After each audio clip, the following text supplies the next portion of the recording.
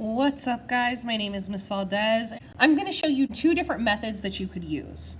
I always like to start off with some steps. That way, as you're doing this on your own, you can go ahead and follow those steps and it'll help you get started. For my first step, I want to make sure that everything's simplified on the left and right hand side of my equation. If I look at the left hand side, I see that I have 7 minus 2n. That we can't combine the two of these because they're not like terms. The same goes for the right hand side. My first step is to simplify. Because everything's simplified, I'm going to go ahead and move on to my second step. I'm going to move all my variables to one side of the equation, and I'm going to move all my constants to the other. And I'm going to show you this problem twice. For now, I want to try to keep everything positive just so I don't confuse myself with the negatives. So because I see this minus 2n here, I can move it to the other side by using the inverse operation of subtraction, which is addition. So I'm going to add 2n to both sides. Negative 2n plus 2n cancels out. Now I'm in Algebra 2 now, so I can do more than one step at the same time.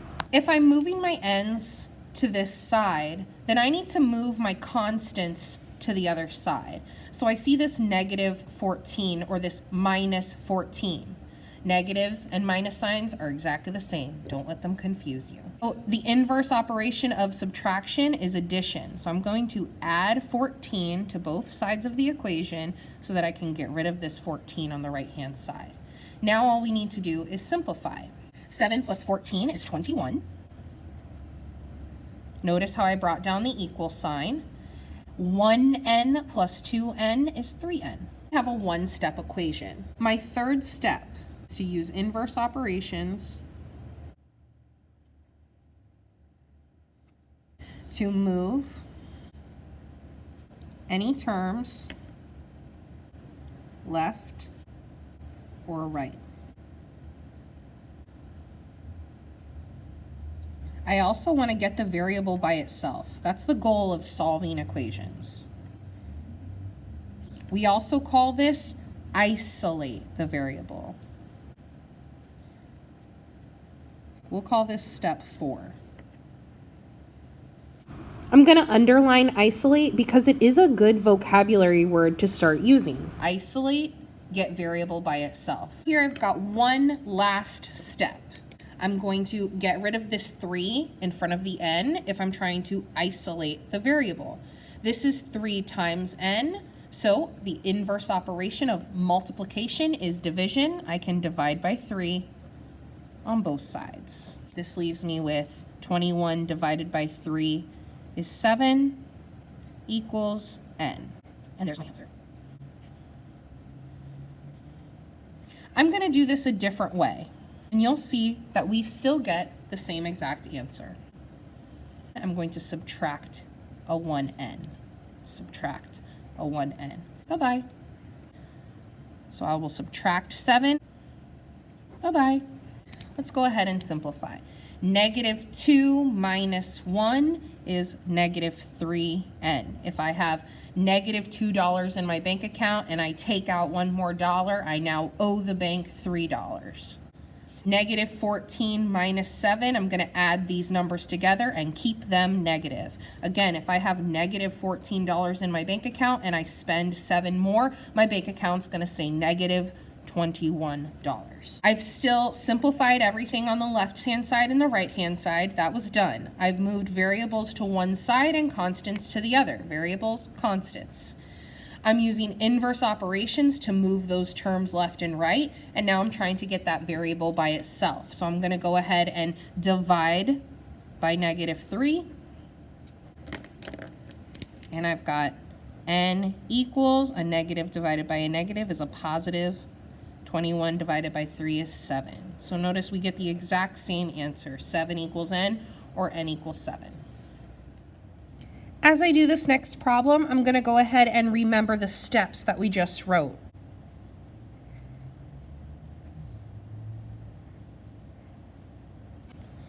My first step is to simplify everything on the right-hand side and the left-hand side of the equal sign.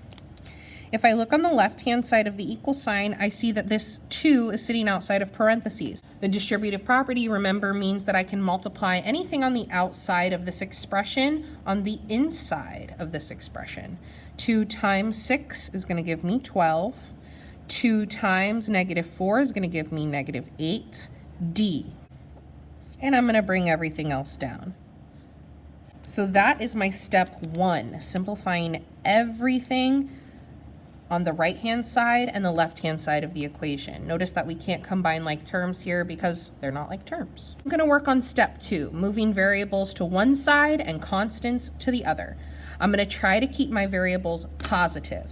I'm going to add this 9d to this 8d. -9 plus 9 cancels out. Because I moved my variable to the left, I'm going to have to move my constant to the right. This is a positive 12, so I'll have to subtract it. I'm using those inverse operations to move any terms left or right. Let's go ahead and simplify. -8d plus 9d is going to give me 1d. Remember, you don't have to put that 1 in front. 25 minus 12 is going to give me 13. 5 minus 2 is 3. 2 minus 1 is 1. There's my answer. After we do a couple of examples, I like to do a you try. So you're going to try this one on your own. I'm going to throw some fractions at you, so don't get scared. You remember how to use fractions. You got this.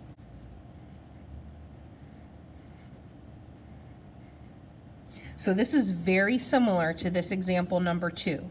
I want you to go ahead and look at the steps, look at what we did in examples number 1 and 2, and go ahead and try to solve this equation on your own. Pause the video and come back when you're finished. The best part is nobody gets to see if you're right or wrong. You get to decide whether you're right or wrong. All right, so we should have paused the video, and I'm going to go ahead and go over the answers. I'm going to go ahead and put this 6 over 1 and this 3 over 1 just to help me out as I distribute this. So we should have distributed that 2/3 and multiplied by the 6x and the 3. 2 times 6 gives me 12. 3 times 1 gives me 3. We'll keep that x. 2 times 3 gives me 6. 3 times 1 gives me 3. And I'll bring down the right-hand side. Now, luckily, we don't have to deal with these fractions because they simplify. I hope you tried that on your own. 12 divided by 3 is 4. 6 divided by 3 is 2. So we have a very happy situation right here. We have nice, pretty whole numbers. Whoa. The left-hand side equals the right-hand side. So if you got stuck here, that's totally fine. If we were to move our constants to the left and our variables to the right, you're going to see that everything cancels out.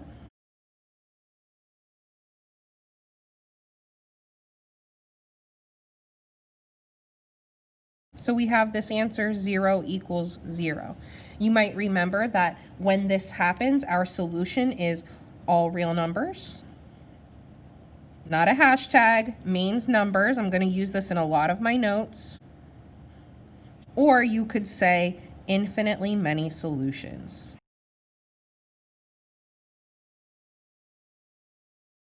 Just ask your teacher what they want you to write. For me, either one of these is a valid answer. I'm just going to put this thought bubble over here because I want us to think about this. What if we had a statement that's not true?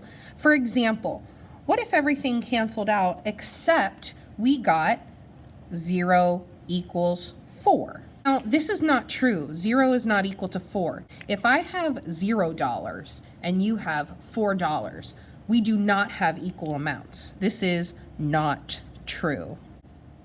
If this happens when you're solving equations, your answer is no solutions. Let's go ahead and look at another example. This example has fractions, and I know they're not everyone's favorite, but I promise you I'm going to try to make it as easy as possible.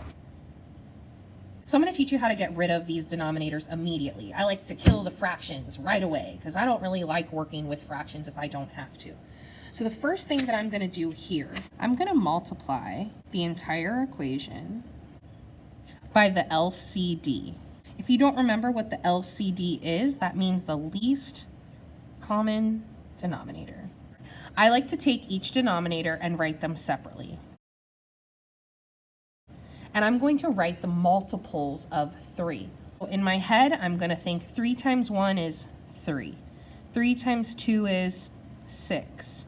3 times 3 is 9. 3 times 4 is 12. And I could keep going if I want to, but I already see my common denominator. Stick with me if you do not see it yet.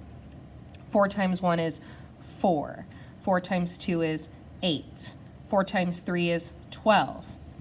These already share 1. And if you know your multiplication facts, then you know that 6 also has a 12.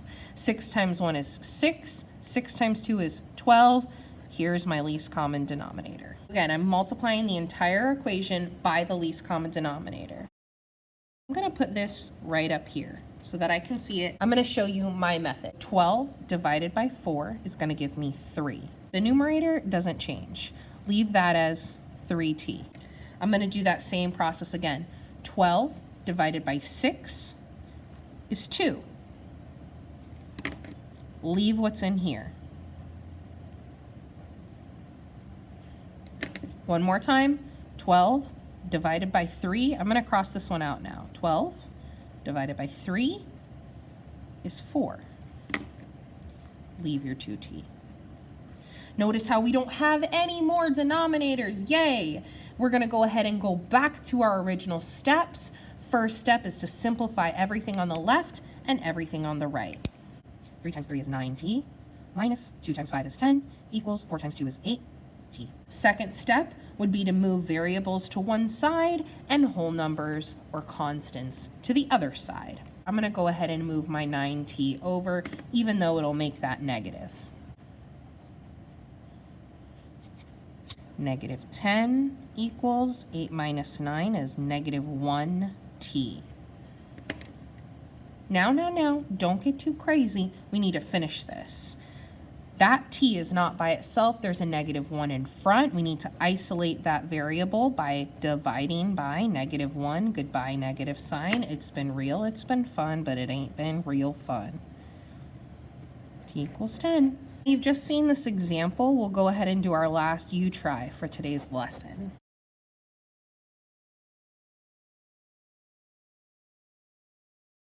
Now you want to solve this in the exact same method in which you solved the previous problem. Go ahead and pause the video, try this on your own, and come back to me when you're finished. All right, welcome back. To find the least common denominator here, I went ahead and did that 5 first. Only because 5's not an even number, 2 and 4 are even numbers. So I looked at 5 first. 5 times 1 is 5, 5 times 2 is 10, 5 times 3 is 15, and 5 times 4 is 20. Now I know that 2 shares a multiple with 5, 10. 2 times 5 is 10. But 4 does not share a multiple of 10. So I had to use all the way up to 20. I know that 4 times 5 is 20, and I know that 2 times 10 is 20.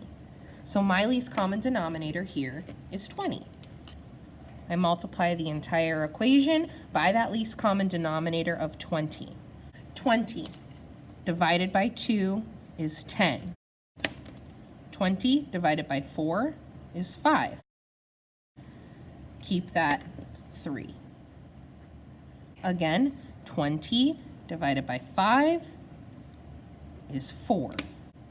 Keep that 3d.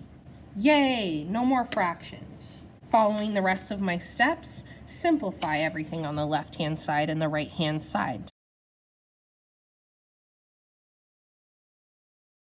I'm going to go ahead and move all my variables to one side and my whole numbers to the other.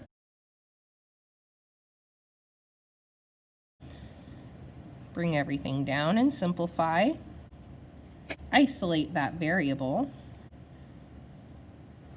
And I have my answer. Notice that my answer is a fraction. Your teacher is going to tell you how they want you to leave your answer. But you need to know as an Algebra 2 student that negative 15 over 2 is the same as negative 7 1/2 is the same as the decimal -7.5. That's all for this lesson. Thanks for showing up, and we'll see you next time.